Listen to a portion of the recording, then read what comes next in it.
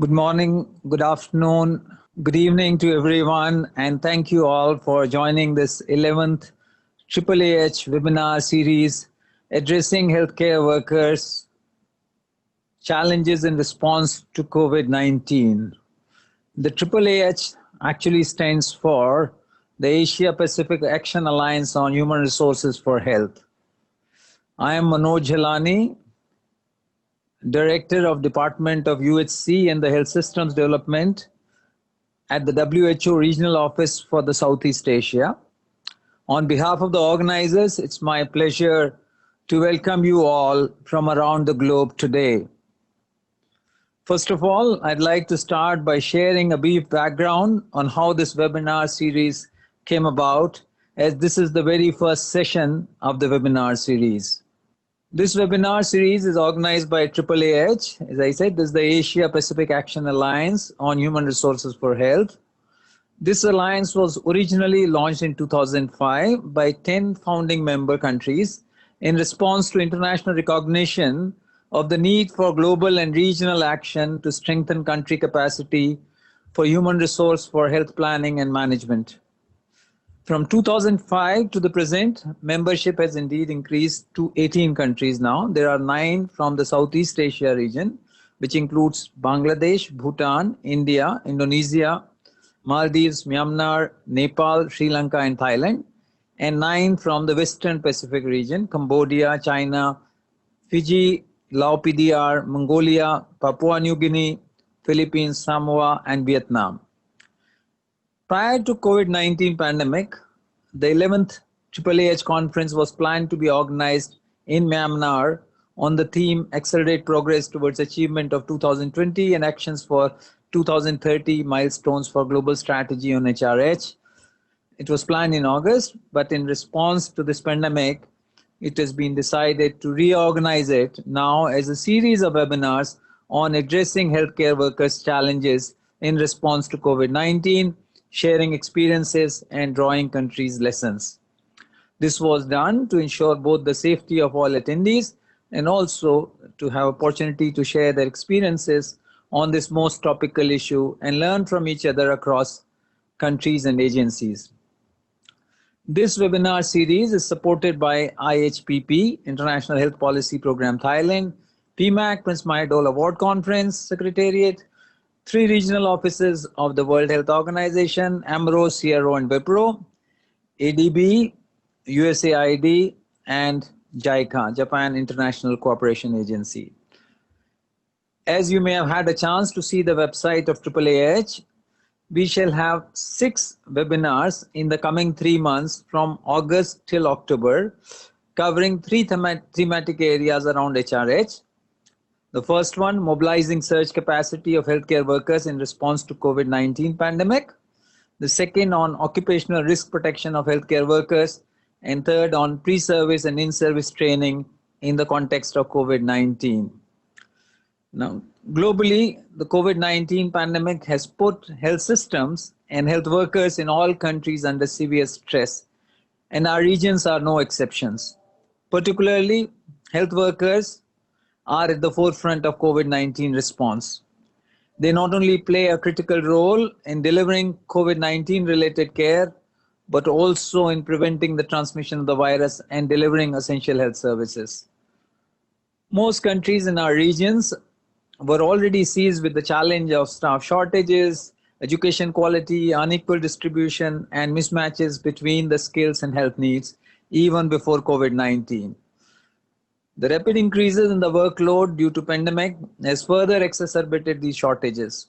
In addition, countries have had to plan and create the surge capacity for the health workforce to meet the growing COVID-19 public health needs, such as case identification, contact tracing, quarantine and isolation, and risk communication, among others, which is going to be the main topic for today.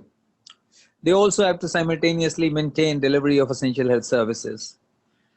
The emerging health workforce situation poses a challenge for COVID-19 response that needs to be addressed.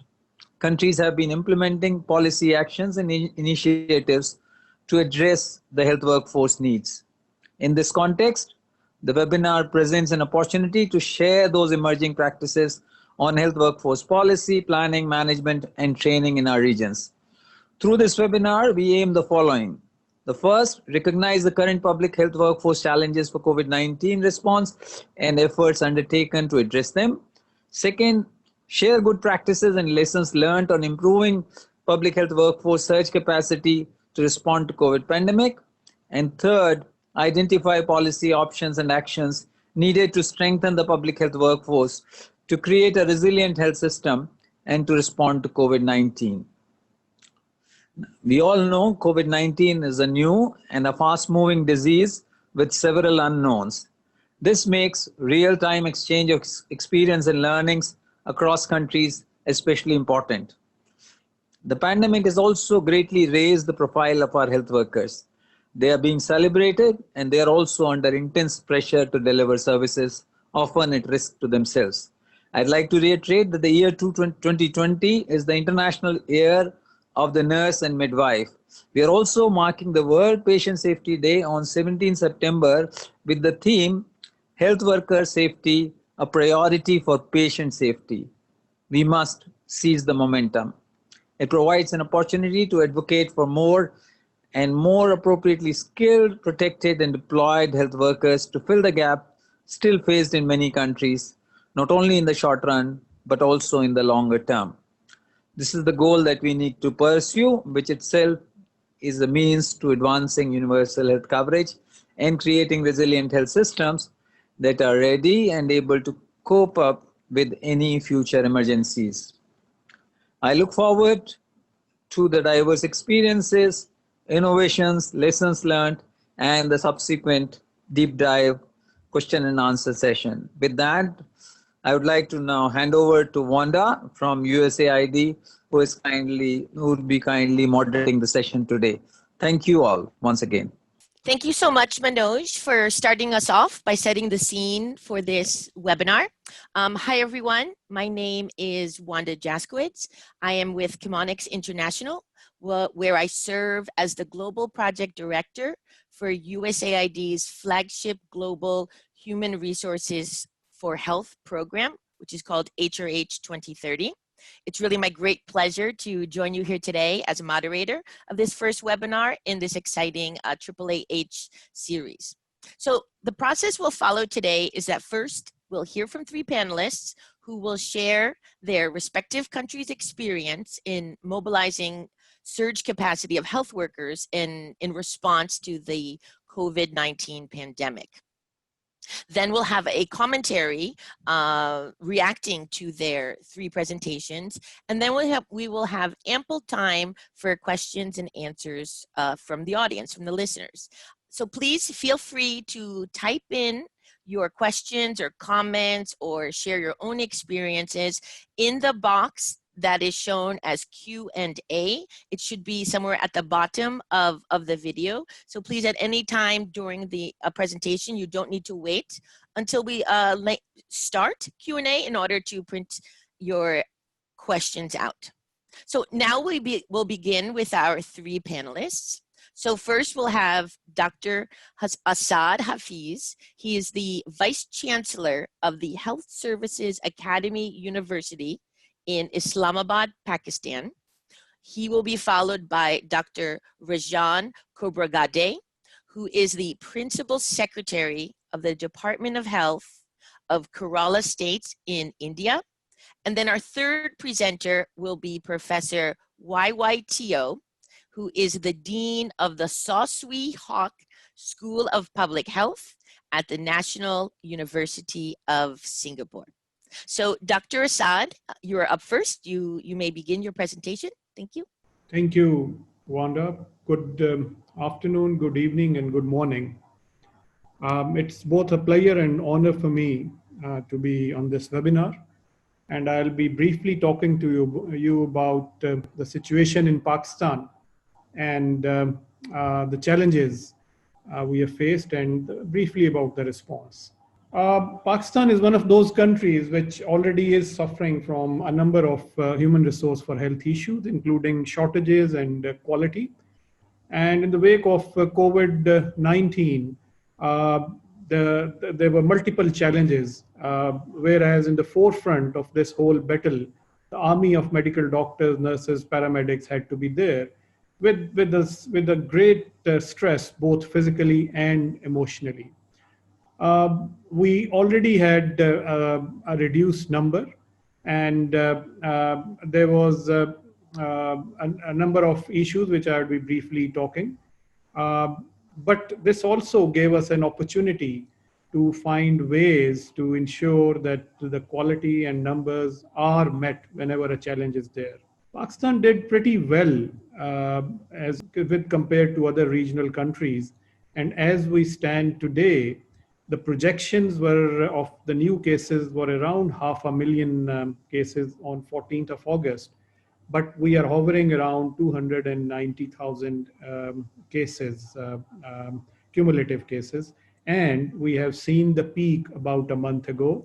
And for the last 2 weeks, our case positivity rate is persistently below 5%. This did impact our health workforce. And just to give you an idea, that almost more than 7,000, 7,000 healthcare workers were infected with COVID-19, and out of which 76 actually died. And a number of them were doctors, nurses, and others. So there was a great impact on the health workers. By and large, the challenges which we faced included numbers, the capacity and skill sets, appropriate spread across the country, the quality of our workforce, incentivizations, their safety, and fatigue are some of the main challenges. So I'll discuss one by one the strategies which the government of Pakistan and the federal and provincial governments adopted to mitigate these challenges. In order to address the numbers, a variety of strategies were adopted. We did introduce a locum-based system in which public health specialists, general doctors, nurses, psychologists, paramedics, and others were engaged on a daily remuneration rate. We also included medical students and interns at appropriate level wherever they could be used. New recruitments were also initiated. However, we do recognize that in public sector, new recruitments are rather difficult, but as much as possible under the emergency situations. So the number of workforce was increased significantly through these measures. The next thing is that capacity and training. So various types of trainings were initiated within the last 4 to 5 months, including specifically the trainings on personal protection equipment with specific focus on COVID requirements. We also had to put in place rapid response teams and tracking, tracing, and quarantine teams along with surveillance teams. So a large number of individuals were inducted into these trainings in these cadres after short trainings. We did ramp up our ICUs and HDUs. And at this point in time, there are about 800 plus ICUs and HDU units across Pakistan. Though they require long-term trainings, but certain mid-level and initial level workers were given a blended training to undertake some basic duties in these units. Similarly, training programs for primary healthcare workers, community workers, and hospital staff were also initiated. Incentivization in these difficult times was very important. So a special COVID allowance was started for frontline health workers who are actually managing and treating COVID patients. In Pakistan, generally the insurance cover is not available for medical staff, but for these staff, a special medical coverage was provided. Special posthumous packages for those losing their lives during the COVID fight was also announced, as well as some awards, certificate, both cash and non-cash were instituted. Duty hours, particularly the long duty hours while taking care of COVID patients were a problem which was found out in the initial days. And as far as possible, all the duty hours were uniform to 6 hours per day in order to lower the chances of getting infected and fatigued. Other measures like shifts, week on, week off, fortnightly duties, all were instituted as per requirement. Similarly, those who had comorbidities and were more than 50 years of age, preferably were given second line duties vis-a-vis the front line duties. A very important step was establishing a helpline for healthcare workers. And direct redressal of grievances was carried out with very good oversight from federal government on those complaints which were generated. As this was a huge task and new cadres were inducted, some task shifting was also included, particularly in the field teams where testing, tracking, and quarantine facilities were to be made active, and some non-health cadres from other ministries were under these frontline duties. Similarly, administrative workload was shifted from existing clinical staff to other. Technology was used extensively both in the field for contact tracing and monitoring and isolation of cases, as well as for treatment, where telehealth was extensively used as a critical tool to fight against COVID, both for the patient to doctor communication and between doctor to doctor communication. This really helped us a lot in reducing the stress on frontline workers. Technology to monitor lockdowns and imposition of NPIs by identifying hotspots was also very helpful. So these were some of the challenges and some of the blanket responses which the government of Pakistan, both federal and provincial, did adopt.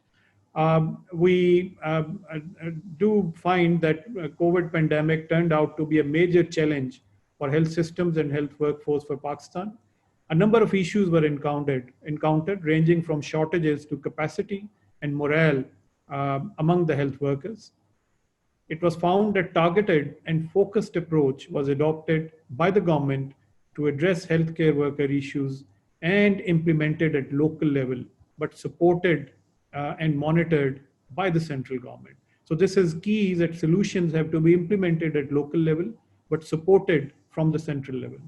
The surge capacity achieved and helped us overcome the epidemic response in an efficient manner. So that was my last slide, and I would like to thank the organizers for giving me this opportunity to be here today. Thank you very much. Thank you so very much, Dr. Hafiz. That was great. It really shows that in Pakistan, you had a very multifaceted approach to human resources for health in light of COVID-19. So now we will move to our second speaker, Dr. Rajan, if you can begin, please. Thank you, Wanda. Greetings from Kerala. Kerala is one of the states in India, and my presentation is mainly focusing on Kerala experience. Thanks, Manoj sir, and thank you all of you for giving us this opportunity to inform what we have been doing in the state of Kerala.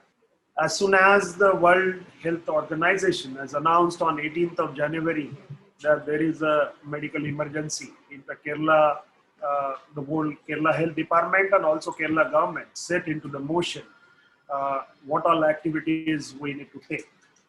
So based on that, in fact, we have been taking series of activity, and then my today's presentation is mainly focusing on healthcare worker and what all things we have been doing for last 6 months to ensure that our healthcare workers are there on the forefront, and also not only taking care of COVID related activities, but also non-COVID related disease burden.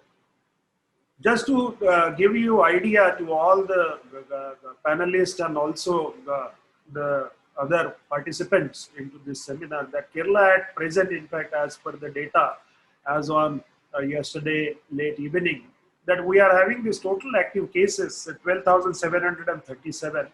Our case fatality rate is 0.32, and our sample positivity rate at present is 3.55.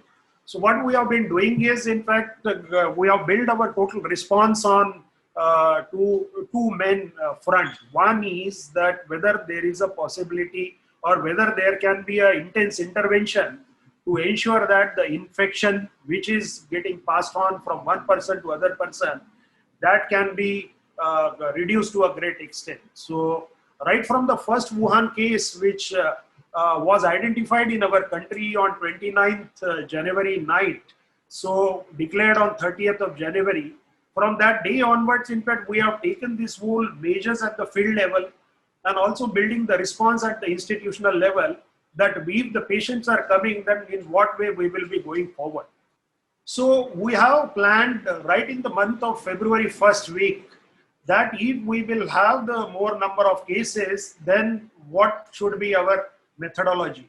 So as we detected the first case on 30th of January, we on the very next day, we have identified hospitals which will be designated as a COVID hospital, and we have in fact done the arrangement that we have to have a pyramidal system. Like in our health system, there is a 3-layer system: primary healthcare, secondary and tertiary. In Kerala, we are having at a grassroots level PHCs and the family health center. Then we are having community health center, then taluka level hospital, and at a district, which is district level hospital, and at a state level, we are having medical college. Like that, we have done the pyramidal structure based on our experience, that we will have the patient which will be going for a home quarantine.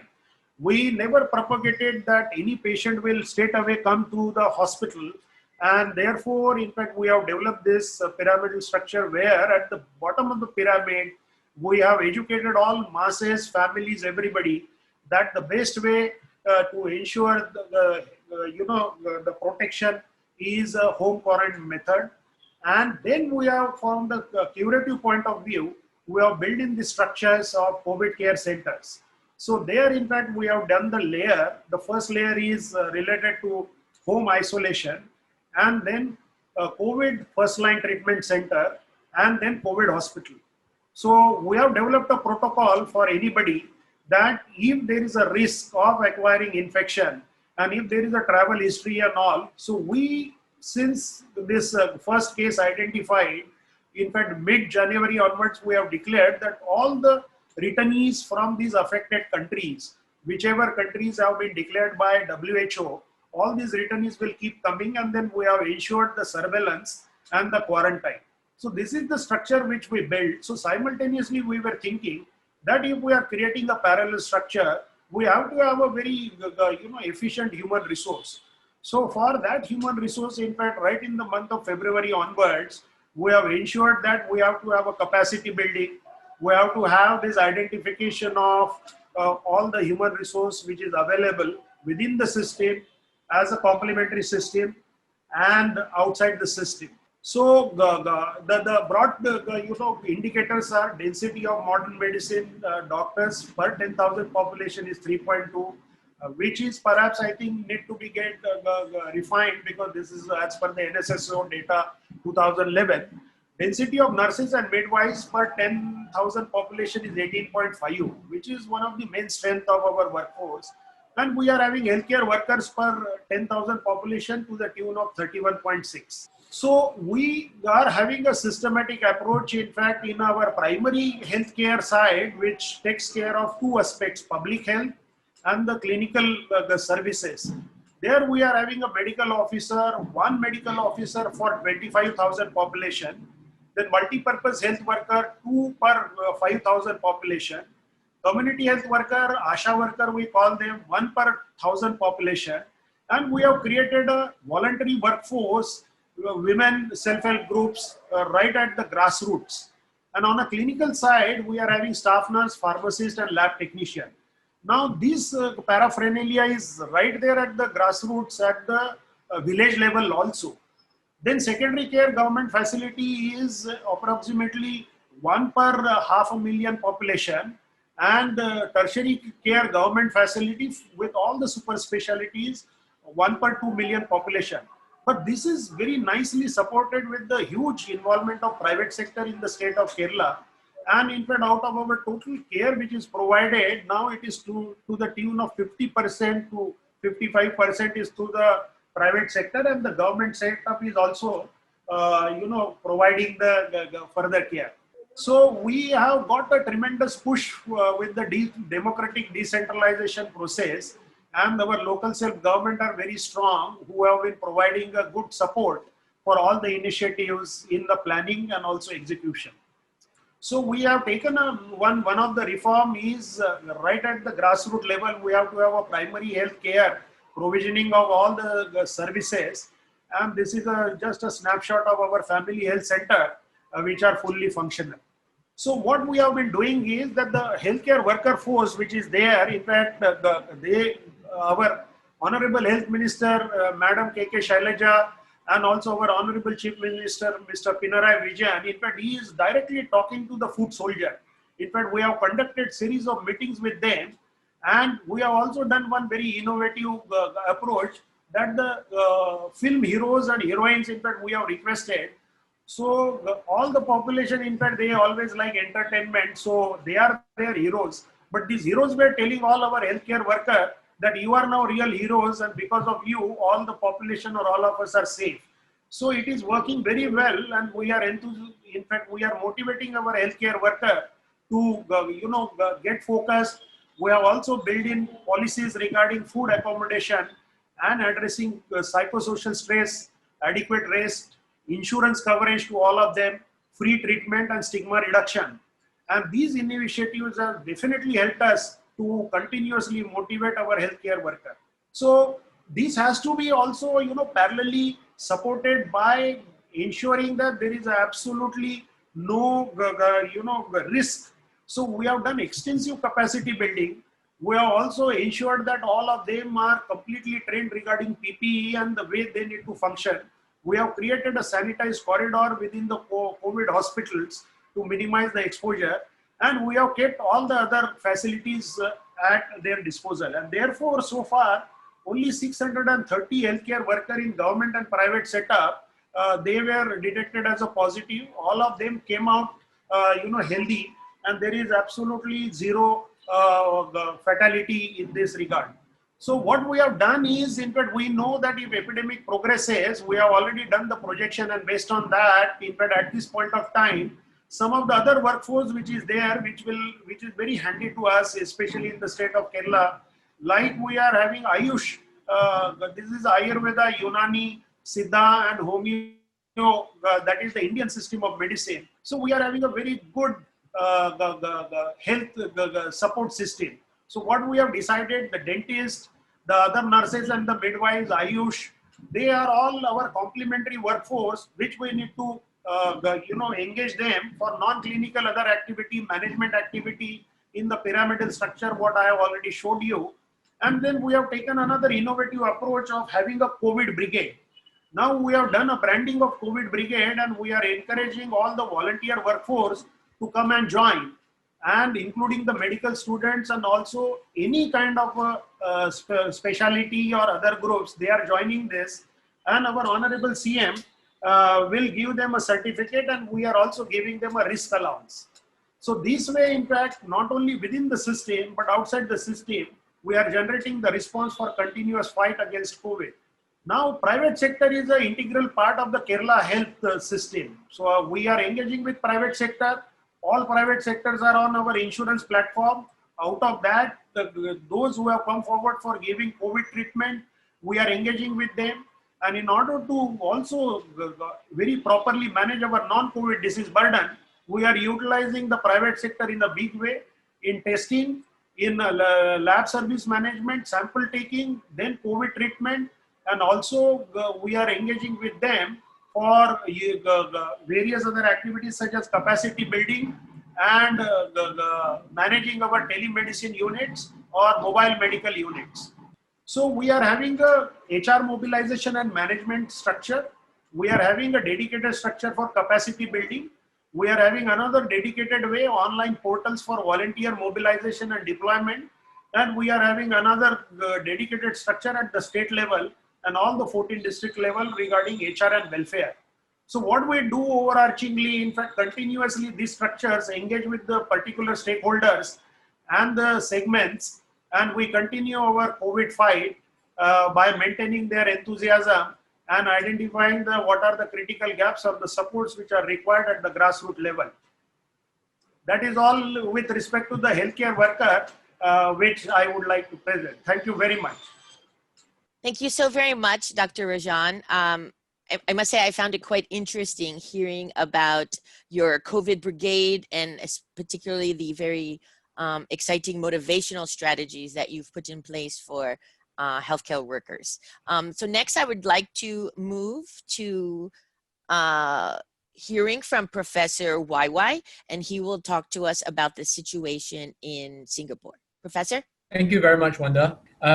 So I'm going to share the experience that we had in Singapore around the issues with increasing surge capacity for our healthcare workers. But as you would see, quite a lot actually comes from our experience previously in 2003, where we had to deal with SARS. And over the next 10 minutes or so, I would actually talk about some of the lessons that we've learned painfully through SARS that has guided us quite a lot in preparing the healthcare workforce to handle another outbreak of the nature of SARS, and in this particular instance, COVID-19. The situation in Singapore at the moment is we have slightly less than 5,000 active cases. The total case count in Singapore since the third week of January stands at about 55,000. But you will notice that out of the active cases, which is around 5,000, none of the active cases are in intensive care units. And in fact, only 91 out of the 4,734 are actually housed in acute tertiary hospital. The vast majority of them, which is about 46,000, are classified to be in isolation. And I would actually talk about this isolation a little while, because in Singapore, this has been crucial in preserving our hospital resources and our healthcare workforce to really manage the complications, those that are at a higher risk of mortality, such that we try our very best to keep the deaths down. And so far, we have been very fortunate. Mortality, regrettably, 27 people have died from COVID-19 infections, but you would see that of the 55,000 that have been infected, actually 27 deaths. It's one of the a much more positive statistic for mortality. And a lot of it has to do with the shape and the nature of the outbreak in Singapore. If you look at the top panel, you would notice that out of the total number of infections that's happened since January, the vast majority are in shades of blue. And the shades of blue actually represent migrant workers that are working in Singapore, living in dormitories. And because we know in those settings, high density people are living very closely together, up to 10 to 20 people within a room. The room is actually pretty big. I've been down to one of them myself, 60 square meters for a group of 10 to 12 people within that room. But the reality that we know about COVID-19 is that it spreads very quickly in a household setting. And in a migrant worker dormitories, the entire room of 12 people is a household. And that is the reason why our infection has been very much driven by what is happening amongst the migrant workers. I would speak a little bit about what Singapore is doing to handle the spread in the dormitories, but you will notice a lot of our strategies looking at surge capacity has to do with the signs of the outbreak as well as the nature of the outbreak. And when I talk about the signs of the outbreak, this is where we need to know where the bulk of the people are coming from. And you would see in this particular chart, especially on the chart on the right, we see clusters of infections happening, and those clusters predominantly are happening amongst migrant workers working in construction sites and other facilities. And that, making use of that fact, next slide please, together with some of the signs of the COVID-19 transmission is helping us to look at what type of surge capacity amongst healthcare workers do we need to address. So this slide actually shows the global understanding of COVID-19 and its transmission pattern, who are at risk and so on. And one of the key factors that we learned about transmission dynamics and also the infection cycle is that people who are generally young and healthy they are more likely to be asymptomatically infected, or perhaps they exhibit very mild symptoms. They have a very low chance of progressing to the stage of requiring acute tertiary care. And there is a way that we can manage these facilities, these infections in Singapore, that help to preserve the hospital resources. And I wanted to share a little bit about the healthcare system in Singapore, because that is crucial to understand the nature that we put in place to increase the capacity. You will notice that primary care, which is the second column, is primarily driven by the private sector. About 80% of primary care in Singapore is looked after by the private sector. Whereas when we come to talk about the acute tertiary hospital, the ratio flips around and the majority of it is actually government restructured hospitals. So this is the way that we need to think about how do we incorporate the private sector in increasing that capacity. For the hospitals, what we have done is actually we bring in the private hospitals as additional capacity to decant some of the mild patients. Early on, these mild patients, we know that they are unlikely to progress to a state that requires high dependency wards or intensive care. Roping in some of our private hospitals immediately increase our ability to care for some of the infections. But after a while, we start to realize that there is a need to prepare hospitals for the patients that would genuinely benefit from it. And I think this is where we could see our experience from SARS actually taught us that we need very much to really build hospitals that are dedicated to look after outbreaks, patients from outbreaks. All tertiary hospitals that are public actually undergo specific drills after SARS, where every year there will be simulation exercises. The hospitals themselves don't even know when those simulation exercises will be conducted, but those exercises are meant to test the awareness and the alertness of the entire healthcare chain towards a respiratory infection that could be of the nature of SARS. And that has helped tremendously to protect the healthcare workforce in Singapore against hospital-acquired infections. There's a lot of measures that have been put in place again post-SARS to make sure that we have the crucial personal protective equipment and the PPE resource. In the early days of January, February, and March, where globally there was a shortage, Singapore actually had a national stockpile. And the government was releasing this stockpile to the hospitals, to the polyclinics, to the GPs in Singapore at a rate that it's able to sustain the consumption even when there were shortages and there was actually a stop in supply chains of PPE into Singapore. And we know Singapore is a very small country. We rely a lot on imports. PPE was one of those that the majority of it was imported at the early days. There was a lot of primary care discussion and strengthening, again, post-SARS, because we realized primary care is going to be the first line of defense when there is a respiratory-like illness. People will go to GPs, polyclinics to seek care.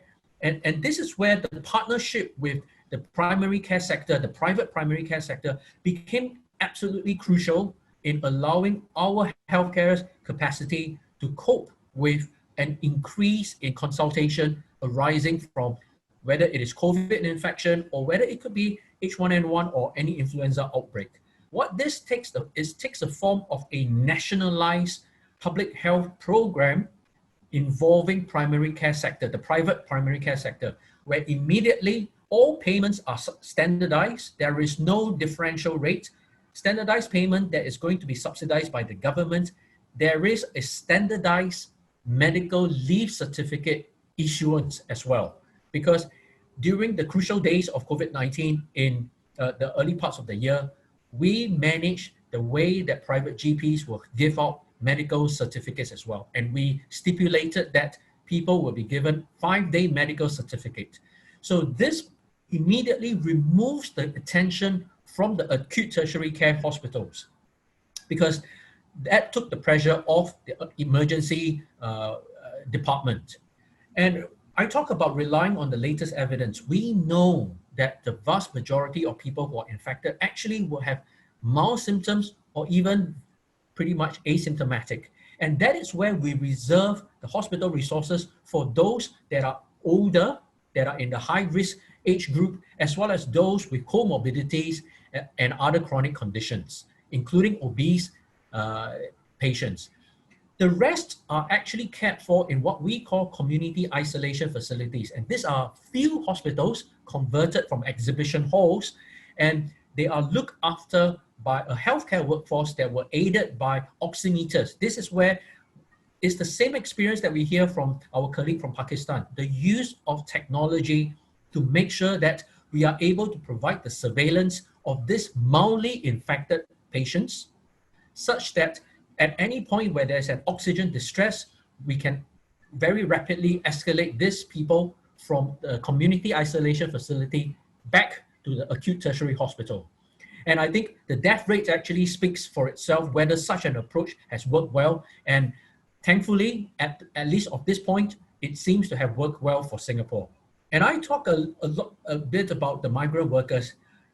Medical posts subsequently were established in all dormitories. And if you think about this, this immediately escalates the need for an active healthcare workforce to suddenly decant some of them from the polyclinics, from primary care, from the acute tertiary hospitals to set up medical posts in the dormitories. And because the hospitals in Singapore were never overwhelmed, even during the peak of the infection in April and in May, where we had about 1,000 over infections reported per day, actually the hospitals were able to continue with quite a lot of its activities and had the spare capacity to actually establish this medical post in the dormitories. And again, this is where we similarly recalled some of the retired nurses. A lot of the retired doctors actually also volunteered their services, and they were appropriately deployed as well. For the migrant workers, just a side point that the country continues to care a lot for the migrant workers. And as a Singaporean, I'm very proud of the response that we put in place to really look after the migrant workers, to the point that we look after their issues around salary, complete health insurance given to them. We redesign the dormitory such that it becomes a little bit more resilient to outbreaks. We provide the necessary Wi-Fi connection free for them to connect with their family, because many of them are worried about their situation back home as well. But unfortunately, we do see that there's worrying signs of increasing mental distress. It's interesting that I talk about border controls, because the next slide actually talks about why border control measures directly influence the surge capacity in Singapore. Because as we know, mass market tourism has been affected significantly by COVID-19. So many of our airlines are not flying. Next slide, please. And this is where there is actually a group of very well-trained people, actually our air stewardess and air stewards that were very much in the hospitality sector. They were redeployed and repurposed in the healthcare framework. And of course, they can't provide the technical healthcare oversight, but they were able to help with some of the other hospitality-related services, especially amongst the nurses. And that took the load away from some of these nurses to focus on providing good healthcare. And I see this to be quite crucial. There was also a public call for volunteers to help with swabbing, and this swabbing happened in the community. And quite a number of volunteers who are not medically trained were subsequently trained to perform these swabbing duties. And Singapore, we always have a very good relationship with the military, that they are deployed in cases of national emergencies, and they were deployed in the community isolation facilities, as well as with contact tracing and other public health related measures. So this is one of the final slides I have, but there are 8 points that Singapore generally focus on, and we looked a lot at the outcomes. We're not that worried about what are the day-to-day numbers, but if you look at point number 3, how do we protect our healthcare workforce from getting infected with COVID-19? I'm again very proud that in Singapore, as of this point, of the 55,000 infections, we do have healthcare workers infected, but less than 10 of them were infected in the line of duty. Most of them were infected because of the contact tracing, because family members were infected, and some of these people were infected by their family members. Less than 10 of healthcare workforce were infected because they were executing their duties. Point number 4, providing universal health coverage as a result of COVID-19. And if you look at number 5, ensuring the continuity of non-urgent medical services, including vaccination, including screening. And this is the way, because our hospitals were never overwhelmed, we were able to continue to provide the necessary care for the rest of the population that were not affected by COVID-19. And with that, I will stop here, but I'm very happy to take questions from the audience and also to share experiences from the rest of the panel. Over back to you, Wanda. Thank you, Professor YY. That was excellent. I must say, globally, we've all heard that Singapore is sort of one of the top examples of responding to the COVID-19 pandemic. And I must say, hearing your presentation and really getting an inside look at what Singapore has been doing, you can really see why. Such innovative approaches like using cabin crew from airlines, establishing medical posts at dormitories. It's really exciting. Thank you for sharing that. And now all 3 panelists have presented. And so now I'd like to invite Professor Gabriel Leung. He is the Dean of Medicine and the Chair of Public Health Medicine at the University of Hong Kong in Hong Kong. And he will be providing a commentary reflecting on the 3 presentations we just heard. Professor Gabriel? Thank you very, very much indeed, Wanda. And a huge vote of thanks to the 3 speakers from South Asia and also from Singapore. So just let me offer a few thoughts and reflections based on those 3 talks. Now, I think that pulling together the experiences shared from Pakistan, from India, particularly Kerala state, and then from the city-state of Singapore, we've heard a few general strategies when it comes to the deployment of HRH in fighting COVID-19 so far. So 1, I think that the general impression of let's control the outbreak, and by doing so, we will, of course, help to alleviate the surge capacity strain on the health system overall, and thereby alleviating the potential care burden on our caregivers. So doing the right thing for the outbreak control is the fundamental underlying determinant of a good HRH policy. 2, I think that we can look at it and analyze it through both the demand side and the supply side of HRH, Human Resources for Health. If you look at the demand side, and continuing on from my first point about doing right in controlling the outbreak and therefore reducing the demand on HRH. If you think about reducing demand on the formal care workers, then you would have examples that we just heard from Singapore, where you would do very good pre-admission triaging, and therefore to use appropriate facilities as you would need for a particular severity of patient.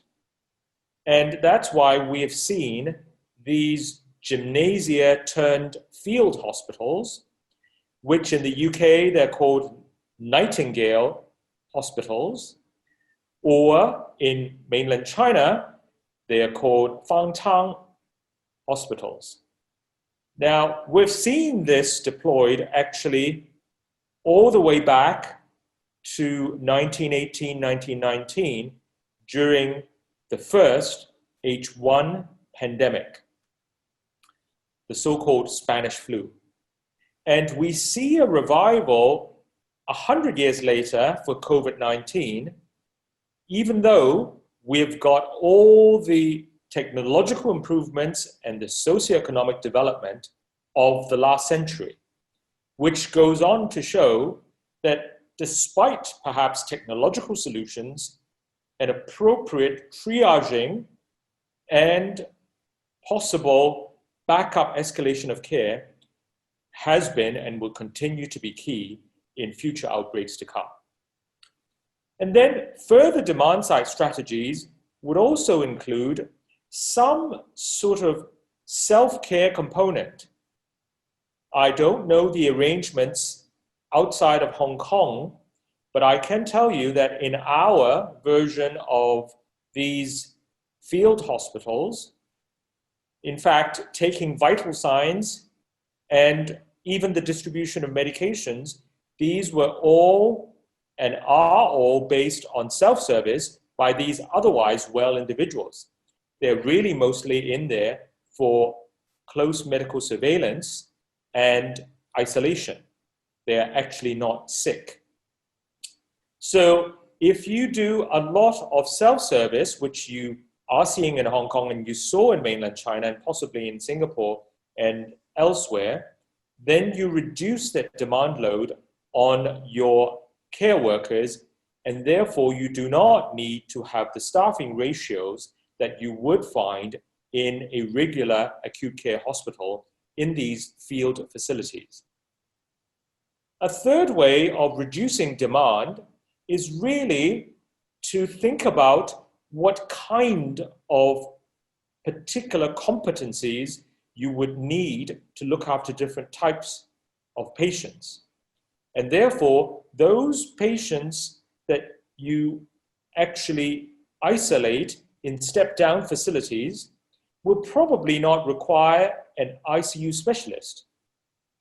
And therefore, that logic will extend not only to formal facilities, but also in terms of whom you get to deploy and whom you get to recruit to look after your ambulatory or screening cases, who are by definition not yet confirmed.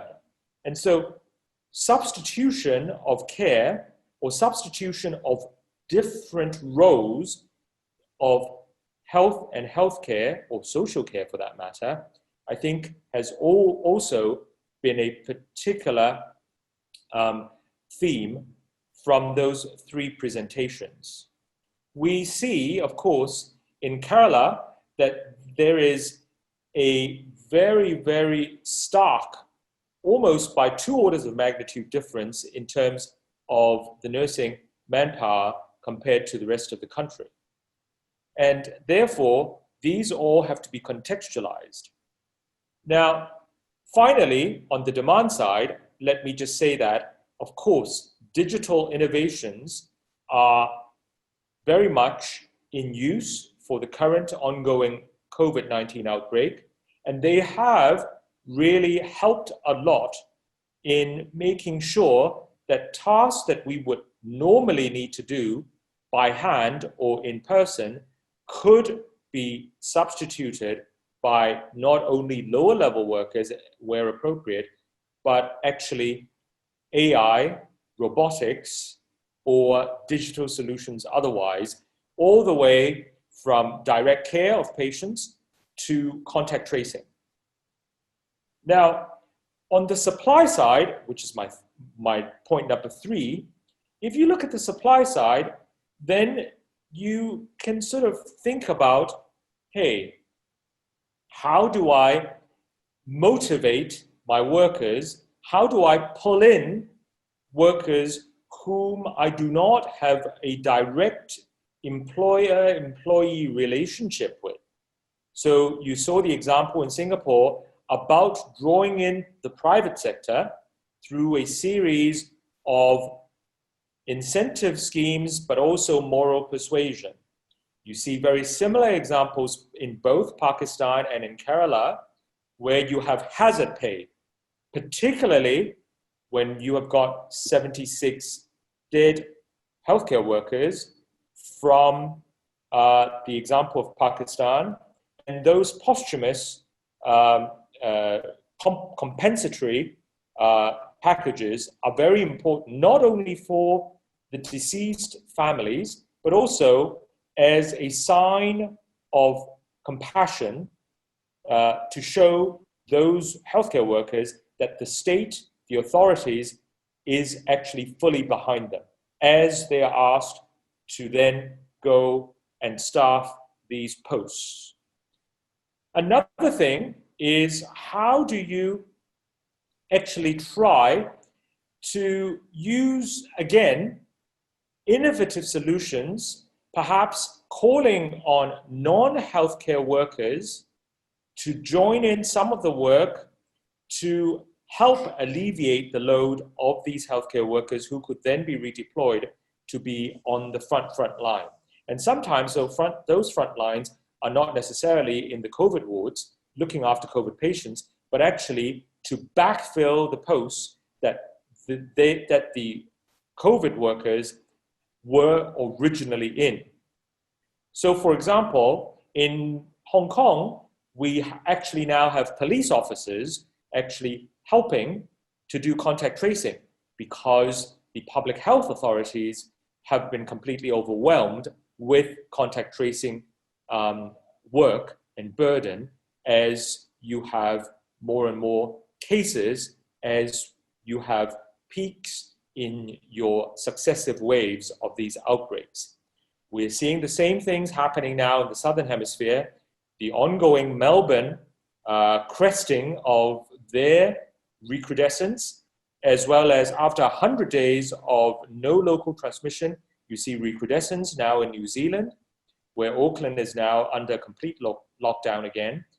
You can see that seasonal forcing, that seasonal kick, which is what the rest of the Northern Hemisphere will be looking to prepare for during these upcoming few months as we now head into the autumn and winter period later on this year. So now my final point really about thinking of HRH in COVID-19 is, don't ever let a catastrophe or disaster like the current outbreak go to waste. So things that we have now innovated on and perhaps would or should be continued as a routinized process or routinized policy should be reflected upon seriously. Because in disaster situations, we tend to innovate because of that survival instinct. And I think that the post-COVID-19 world is going to be very, very different than the COVID-19 world prior. And so I think that some of the innovations that we're now doing in HRH may well really point the way as we fulfill the HRH mandate from that 2015 WHO report, as well as we advance the 2030 UHC and SDG agenda. A large part of it relies on good human resources for health policies. And I think that with that spirit, I think that my final piece of reflection would be, now that we are all looking forward to the availability of vaccines, I think that we must prioritize and also pay good attention to all essential workers in addition to the high-risk groups. But these essential workers, featuring prominently healthcare workers, must be prioritized if we are asking them to go on for the better part of the next 12 months with this pandemic control effort. With that, I thank the organizers for asking me to provide the commentary, and again, the three preceding speakers for giving me such great material to reflect on. Over. Thank you so much, Professor Gabriel. Those were very wise words.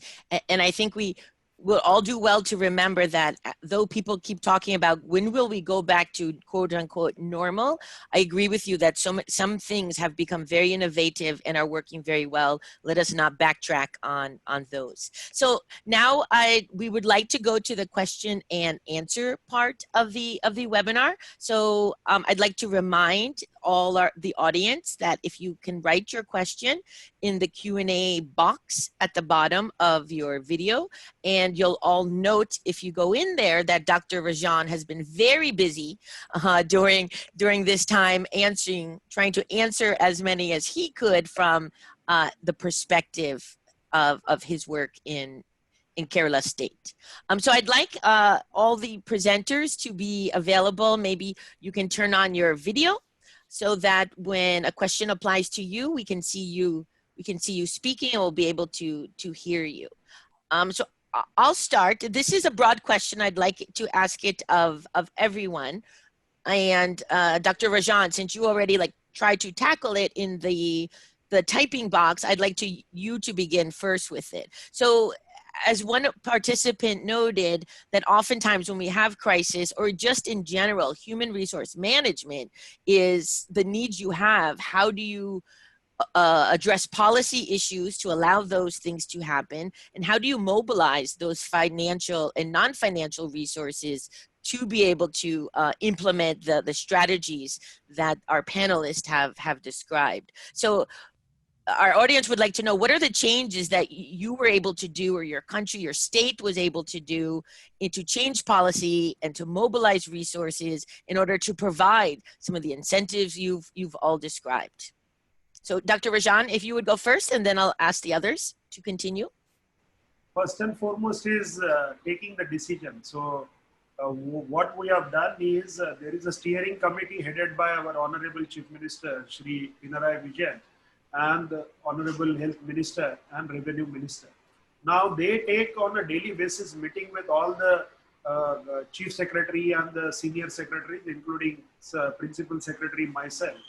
And every day we discuss the issues and what decisions are required. Those decisions are directly taken in the meeting, and the next day the orders are issued, and then we go for execution.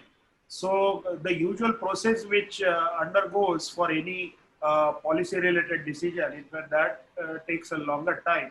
But here, because our suggestions are also backed up from the expert group which are constituted, so immediately we get the input and we go ahead with the decision. The second part related to the financial mobilization. Already Government of India has taken a very good initiative, and they have given funding opportunities and funding avenues to every state in the country under the umbrella organization of NHA. Our Manoj sir was heading that a few months back. Other than that, respective state governments have also taken, and so Kerala government has also taken. One innovative approach what Kerala state has taken is they have requested all the salaried people and all the government officers, their percentage of salary, there is a deferment of payment. So we have generated a corpus, and through that corpus also immediately wherever the funding are required, that those funds have been mobilized. Other than that, under our national policy, there is a Disaster Management Act. Under that act, the funds have been made available to the union government and also the state government. So these ways, in fact, we have gone ahead. And more than that, the Kerala we have done in the context of volunteerism. We are having a huge voluntary force registered at the grassroots level. Unfortunately, in Kerala, last 4 years, every year we have been meeting one or the other. There were floods, then there were Nipah outbreak, in fact, in last 2 consecutive years. So we had a good volunteerism, which is, we are building on that. All these multi-pronged approach has really helped us. Thank you. Thank you, Dr. Rajan. Dr. Hafiz, would you like to share examples from Pakistan? Yeah, thank you. I think our colleague from Kerala was very eloquent on some of the arrangements. Now, from Pakistan's perspective, it's a complex country with health as a devolved subject, and we have 4 provinces and 3 regions. So, technically speaking, each province, each region is responsible for its own healthcare activities. But in a situation like COVID, where this was an extraordinary situation, the federal government had to step in. Number one, to provide resources, which were like not possible for at the provincial level, and number two, to provide that coordination so that the policy and the direction remains one within the country. So 2 steps were taken. One was that a national coordination committee was formed, which was headed by the Prime Minister himself, with all the relevant ministries and departments. So that was the apex, that is the apex decision-making organization in order to develop a quote unquote one government response. We do understand that all these activities, like looking at the flights, imposing lockdowns, they're not within the domain of health ministry. So we do need a strong coordinated help from other sectors. So NCC was the apex, is the apex body, and then it has an operational arm again at the center with all the provincial governments, the line ministries, and armed forces as part of this national coordination cell, which meets daily and does a daily evaluation of the national situation. And it today was its 130th, or I think 130th plus session on daily basis. So once a problem arises, immediately the solution is discussed in the national coordination cell, and the implementation is carried out with the help of the civil bureaucracy as well as armed forces at the grassroots level. Now, how the finances are addressed, it is very understandable that it is difficult to put aside a large amount which is required even for human resource or for procurements. So we have a law in Pakistan, which is National Disaster Law, as also was mentioned by our colleague in Kerala. And through this law, a lot of ease is given in procurements, including the human resource hiring. So it can bypass the normal procedures if required and justified, and put aside money for hiring and for procurements.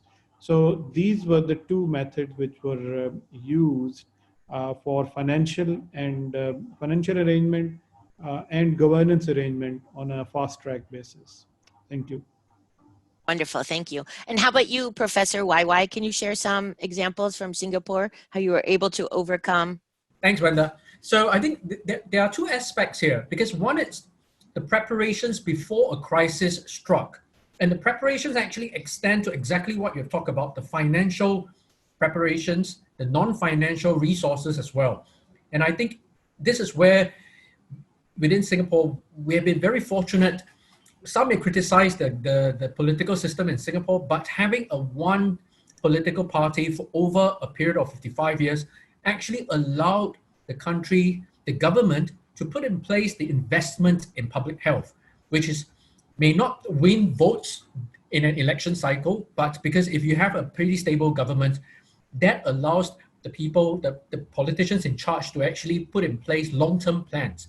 And while people can criticize some of this long-term planning, if you look at what we have in terms of stockpiling of PPE, the preparations of the hospitals, including the drills for having a respiratory outbreak in public hospitals, I think all of this actually help to increase the capacity, both human, financial, and also other forms of capacity to respond to an outbreak. And I think this is the preparations that countries can do during peacetime that increase their ability and their resilience to respond to a crisis.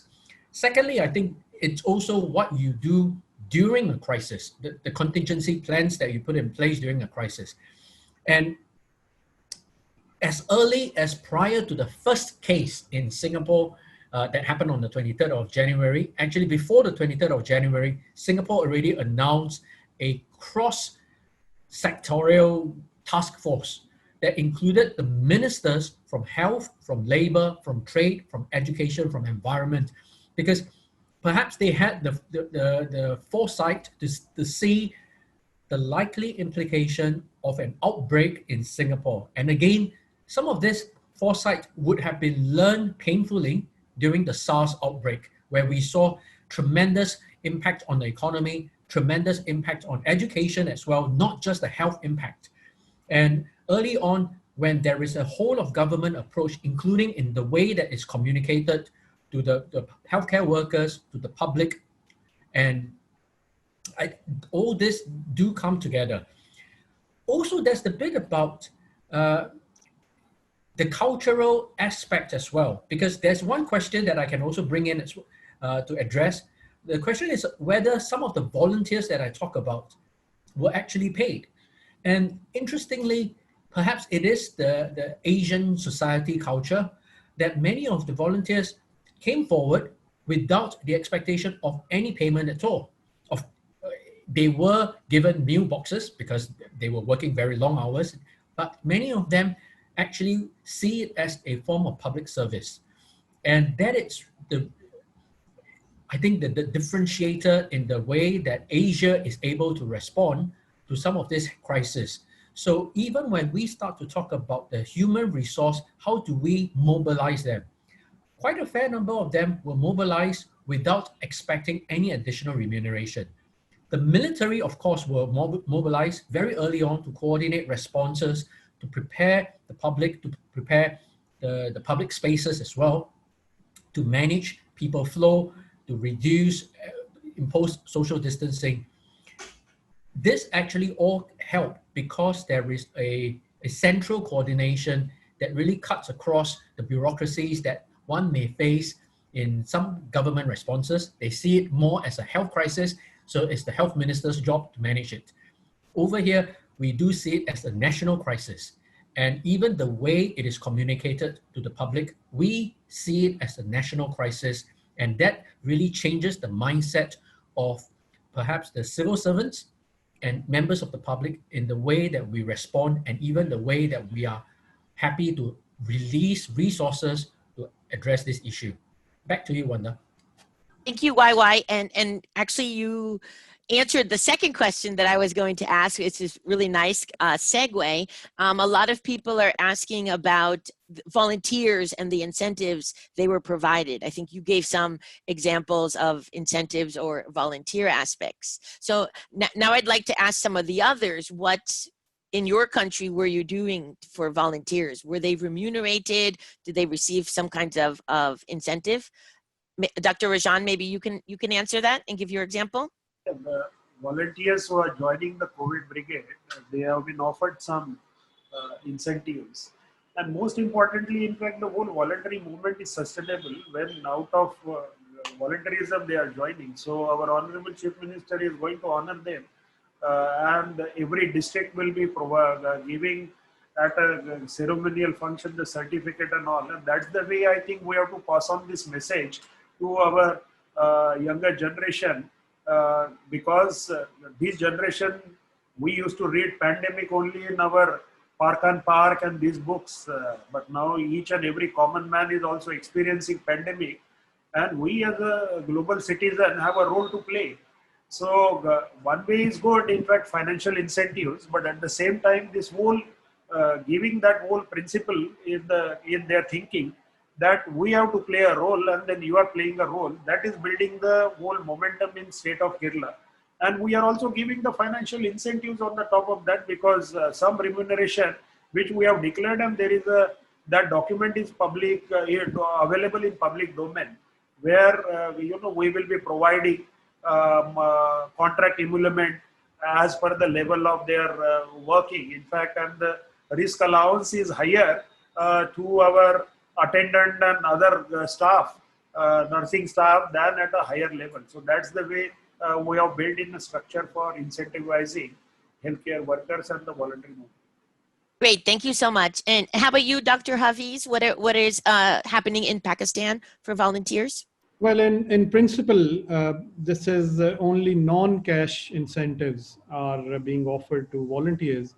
Just to give you an example, that on the appeal of the Prime Minister Imran Khan, there was a volunteer force called Corona Tigers was established about 3 months ago through a digital registration system, and we have more than 1 million young men and women part of this Corona Tigers spread all over Pakistan. So they have been offered, they've been given some sort of uniform, some non-cash incentives in the form of certificates, and they are helping the district administration in non-medical support of COVID. For example, in the areas of lockdown, they were used for providing food and non-medical supplies to those who were quarantined or those who were isolated in homes. And similarly, other such activities. In hospitals as well, by and large, certificates, some sort of non-cash incentives were offered to volunteers. In general, cash incentives were not used for volunteers in Pakistan. Great, thank you so much. And I want to ask Professor Gabriel, do you have any thoughts in general about incentives for volunteers that you'd like to share? I think that in terms of incentives for volunteers, there are the monetary ones, of course, but I think that true volunteerism on a long-term sustained basis requires more than just money.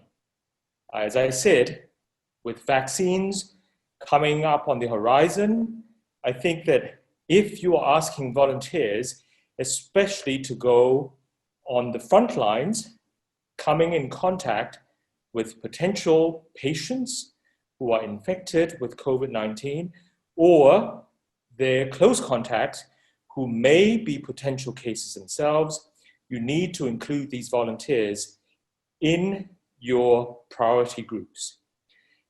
Another thing would be intangibles such as moral suasion. Now, moral suasion only works when you have a deep level of trust engendered pre-COVID. You cannot all of a sudden call on people's goodwill if none existed beforehand. So it's very context specific. Third, as far as volunteers go, in some societies, there are standing organizations, troops like St. John's Ambulance, Red Cross, Red Crescent, and perhaps auxiliary medical service. So none of these are in the formal care sector, and probably a lot of them have other jobs as their daytime engagements, but many of them could be called on for specific purposes, such as manning designated quarantine facilities or field hospitals, or for redeployment to backfill otherwise healthcare worker duty posts, or for specific events like mass community screening of a particularly hard-hit neighborhood where you would need to carry out mass testing or mass quarantine, or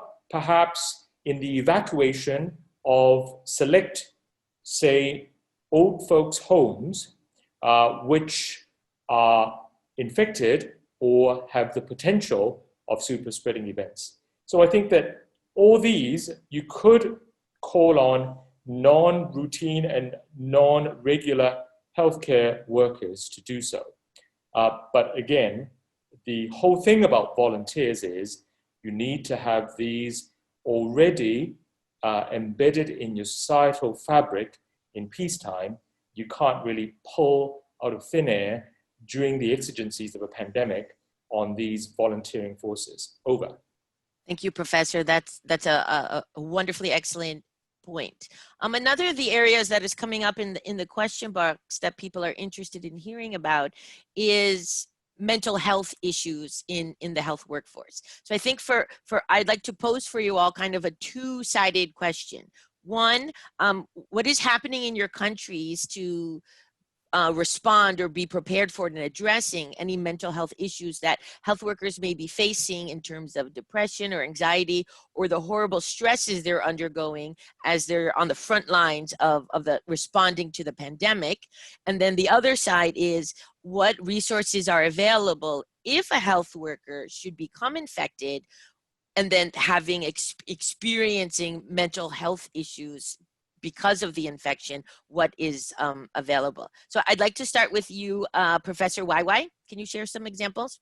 Thanks very much, Wanda. So indeed, the mental health of the healthcare workforce has been one of those that emerged sometime in March and April as an area of concern, because clearly what has happened in Singapore, the infection came in January. The first infection started in January, and then of course it caught, and then there were community transmission in Singapore.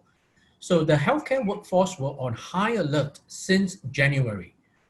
And what that high alert meant was that there were a degree of procedures that were stepped up, particularly around infection prevention and control, as well as routine surveillance of healthcare workforce themselves.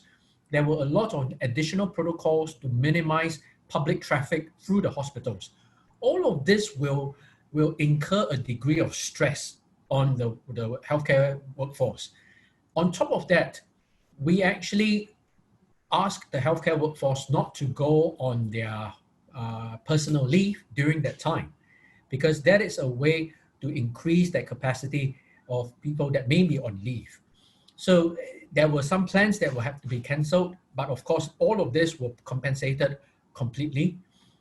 What was important is actually around two issues. One is the confidence in themselves being protected from infection. That if I'm working in this job, how confident am I that I will be protected from infection? And of course, if I'm infected, would my employers take good care of me? And I think because of complete health insurance for the healthcare workforce and for everyone in Singapore, actually, at that point, there was no worry in terms of financial compensation or financial impact as a result of infection. The confidence of themselves being protected from infection was actually very high. So the mental stress of worrying about being infected as part of the job was actually not as significant as one would have thought. Again, I suspect it is a lot to be attributed to the preparations prior to the crisis, where you were already running annual drills of respiratory outbreaks, simulated respiratory outbreaks. The second point, other than the confidence, it's really around the fatigue of being on high alert over time. And the question then is, do we know what is happening? What is the state? And that is also where, as early as in March, we started measuring some of the mental wellness. There were a series of surveys that were put forward by the public hospitals on especially the nurses and the doctors in the hot zones, and to look at whether they were showing signs of fatigue. And these surveys were run longitudinally, repeatedly over a matter of time to see how things changed. And it's very clear that the degree of strain that many of these healthcare workers face coincide with what is the degree of spread in the country. So the reality that we realized very early on is the degree of mental health actually correspond with the overall situation in the country. And when the country is able to keep the situation in check, actually this is when the mental health challenges decreases quite significantly.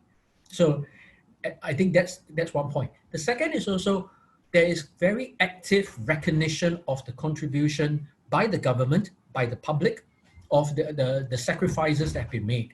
What were the active recognition by the government? The government actually gave healthcare workers additional financial bonuses because of the sacrifices that they have to put in place. And the public also, you have school-going children writing cards to encourage the workforce. You have public ordering. In Singapore, we still like bubble tea, high sugar beverages, of course, but ordering batches or boxes of bubble tea to send to the healthcare workforce in the hospitals. And all of this matters because it is a very clear recognition by the public that they know that the healthcare workforce were the frontliners. And I see all of this, firstly, understanding the degree of mental strain. Secondly, having that appreciation by, of course, the official source by the government, and also all of these informal sources to count a lot. And in Singapore, communication has been one of the important strategy to educate the public, the healthcare workforce, the policymakers around the COVID-19 situation. And that communication has also repeatedly highlighted the sacrifices made by the healthcare workforce. And I see the tangible and the intangibles work jointly to address the situation.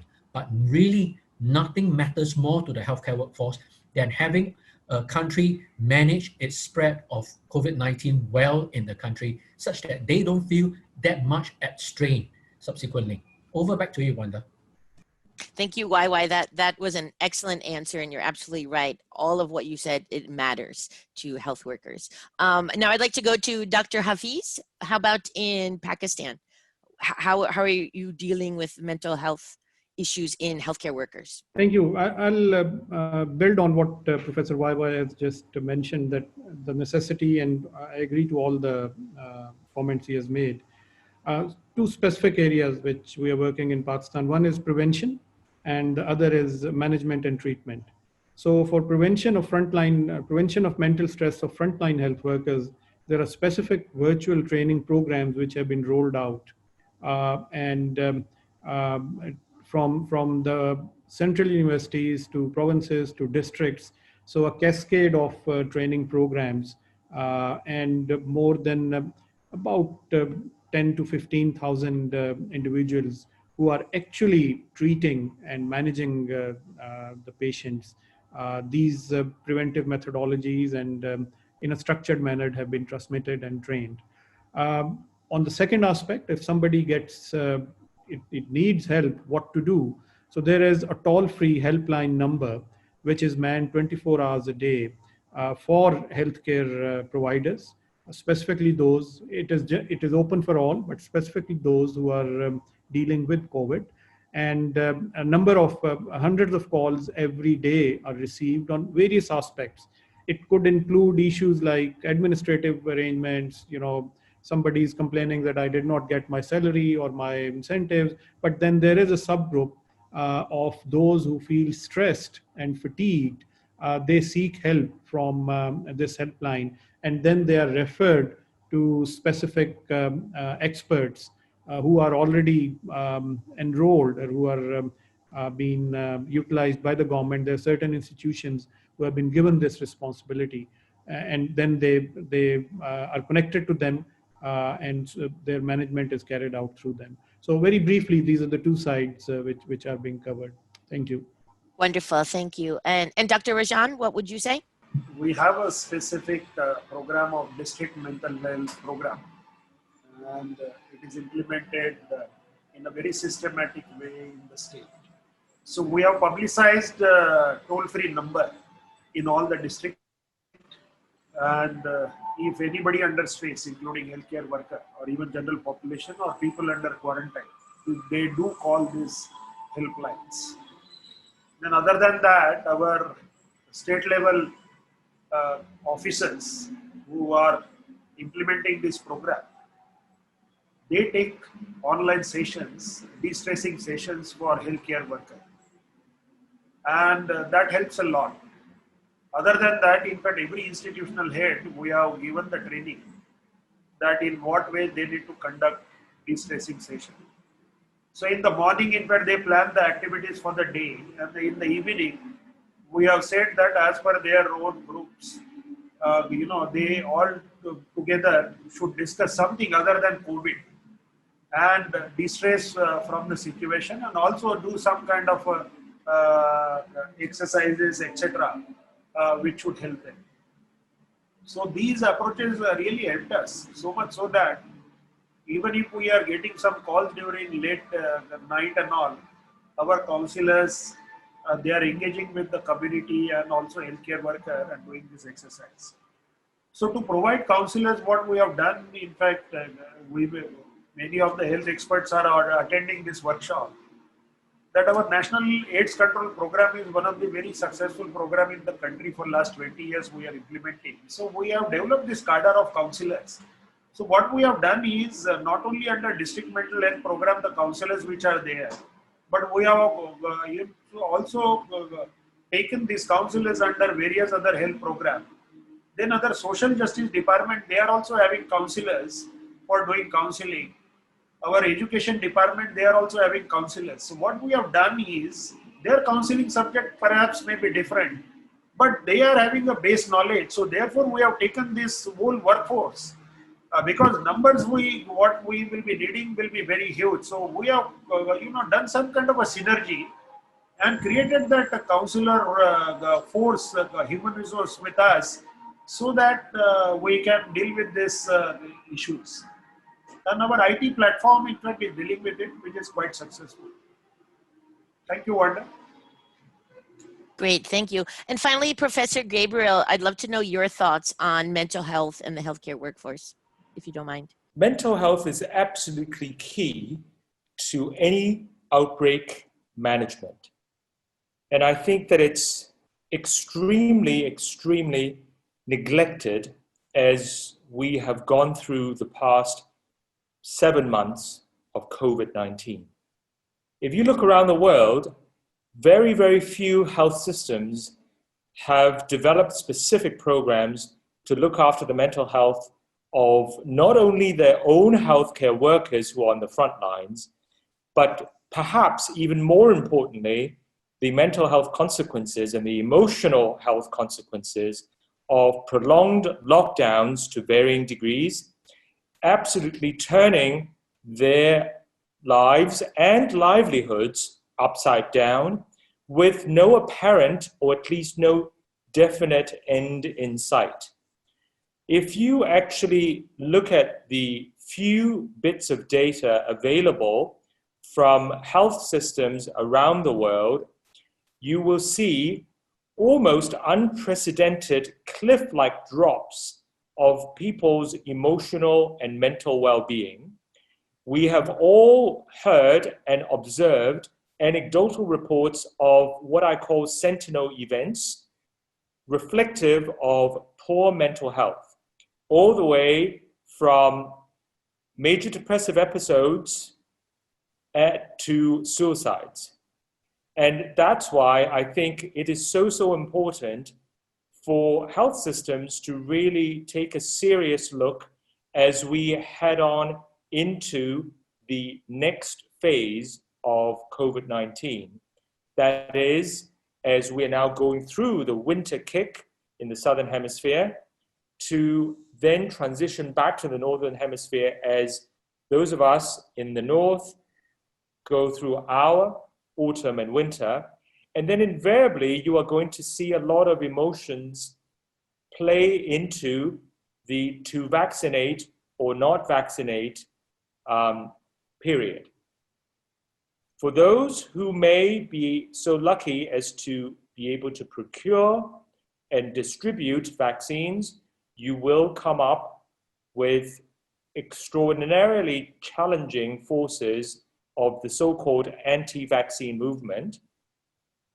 And for those countries or populations which may not be able to receive and therefore distribute the first few batches of the vaccine, then you will also run into troubles about the inequity of it all. And finally, just let me add, I think underlying a lot, not all, but a lot of the mental health issues is that we have been, mostly by omission, but sometimes by commission, we have been committing one of the gravest inequities in recent memory, certainly in health. If you look at the infection and mortality statistics in almost any country, but also between countries, you will see a pro-rich gradient in terms of better outcomes. And therefore, I think that we need to address this fundamentally, not just afterwards, but also as we continue to deal with the coming year of successive waves of COVID-19 going around the world. Over. Great. Thank you so much, Professor Gabriel. And I also want to say thank you to Professor YY and Drs. Rajan and Hafiz. We've really appreciated your remarks and your candidness in responding to the questions.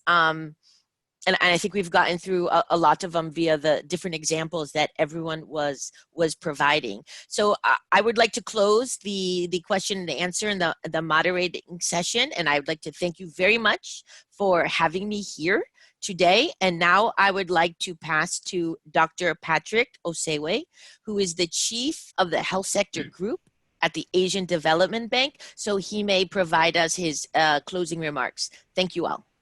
Patrick?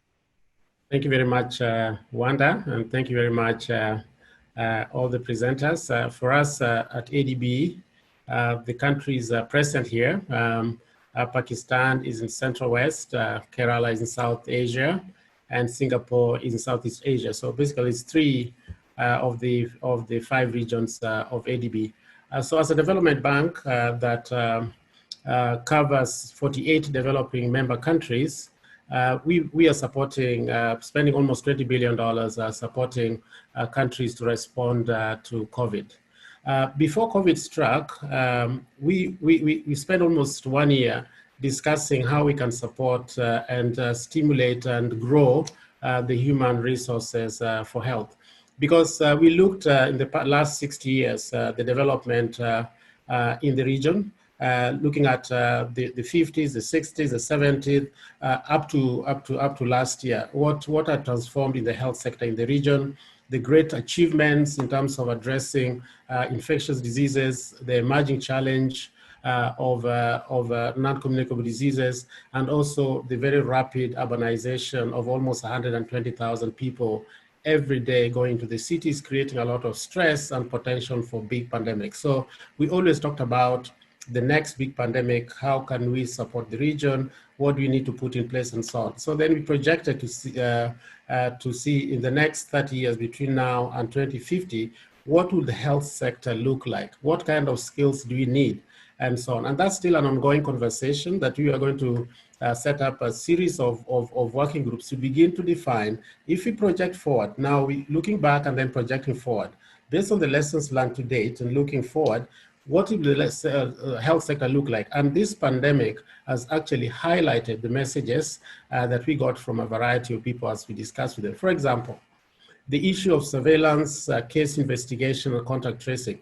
This has been the biggest challenge that many countries have faced. The inability to be able to make rapid diagnosis, detect cases, and do contact tracing. There's been limited investment in this regard. So this is an area that as we work with medical schools, as we work with TVET programs, as we work with various institutions, it's critical that in some of these emerging areas that we create a critical mass of human resources that literally right now are very limited in number. The second area that has been highlighted by this COVID pandemic is the inability and the limited capacity for laboratory for health, the laboratory specialists and so on. Many countries still do not have that testing capacity that is required to be able to test and understand and know the epidemic. There's no epidemic that has been addressed without actually knowing the epidemic. You have to know where is the epidemic going, how is it behaving in this community, and how do you confront that epidemic? Be that you need to be able to know who is infected and who is not infected. And to do that, you need a very strong capacity of laboratory capacity.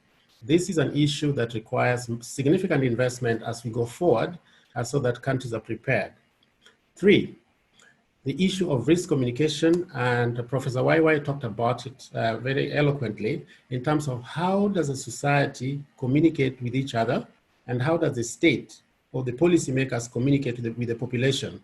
This is so important because if the information is not accurate, is not rapid, and so on, there's misinformation. And with social media and so on, this perpetuates the transmission of infection and so on. So to the extent that we as the health teams can work with various institutions to ensure that we have sufficient skills within the Ministry of Health. In many countries, we have people who are responsible for communication within government who actually do not have very strong communication background. In that regard, we are actually hiring some of the leading communication specialists to help some of our countries to ensure that we build that capacity and come up with very significant playbooks. Fourth, policy and coordination is taken for granted. If you look at the other pandemics, and let's take the longest pandemic that we know of, which was HIV/AIDS. For almost 15 years, there was a very serious coordination of HIV/AIDS programs and so on, until UNAIDS was established and then started supporting countries to come up with a very clear HIV/AIDS strategy and so on. Many countries, even during Ebola, did not have a very clear plan on how to deal with that. Many countries during H1N1 did not have a very clear plan of how to deal with that. So policy and coordination is very central. And this is going to be even more important starting next year or late this year when vaccines are made available. Because, for example, if there's only vaccines to support or to vaccinate healthcare workers, who is a healthcare worker that we focus on? Is that just doctors and nurses? Or is that other healthcare workers as well? What range of, skills of healthcare workers will you target? So that's a big deal. Second, if you're focusing on people with pre-existing conditions, what are those pre-existing conditions? We have cancer, we have multiple NCDs and so on. You also have the elderly population that's also vulnerable. How do you go about that? Requires very strong, a very clear pathway of how that's going to be done. Three, how much will it cost to be able to do that if you want to expand now beyond that? Because people will not sit and say, oh, healthcare workers are being vaccinated, the elderly are being vaccinated, I'll wait. There's no such thing. People will try to get that. And some states will move forward with whatever arrangement to be able to get the vaccines available and so on. How much will it cost to do that? What kind of supply chain do we need? Is it the same supply chain that we have for vaccines for children? In many countries, even the supply chain for current vaccines is not sufficient. In many countries, they're only operating at 50% and so on.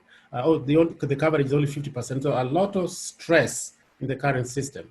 Are we going to superimpose COVID vaccination on that, or is it a separate supply chain and so on? These are big issues that countries are going to deal with in 2021 and beyond. Requires very strong policy and coordination. Fifth, I think that countries that have done very well in the region are countries that have experienced previous pandemics. If you look at the way China responded, the way Korea responded because of MERS, the way Singapore responded because of SARS, as highlighted by Professor Weiwei, the way Vietnam responded because of H1N1, countries that have had previous pandemics have tended to respond better than other countries. So what are the lessons? What do we do now? Now that most countries almost all countries are affected, to be better prepared for the next wave. And Professor Leong talked about the resurgence of infections that we are getting in many countries and so on. We are finding this in some very strong countries with very strong health systems: Australia, New Zealand now, Korea, China. So what's going to happen to some of our countries that are not as strong when we have surge of infections or when we have the second wave of infection and so on? So we have a big challenge going forward. And I'll finish by just saying a few things. There was a question about volunteerism and so on. There was almost 40 years of experience with volunteers for HIV/AIDS. And also almost 2 years of volunteer during the Ebola pandemic and so on. And so what are the lessons that were learned there? First is that training is something that many people appreciate. And so In many situations, volunteers are trained, so they get skills by being trained.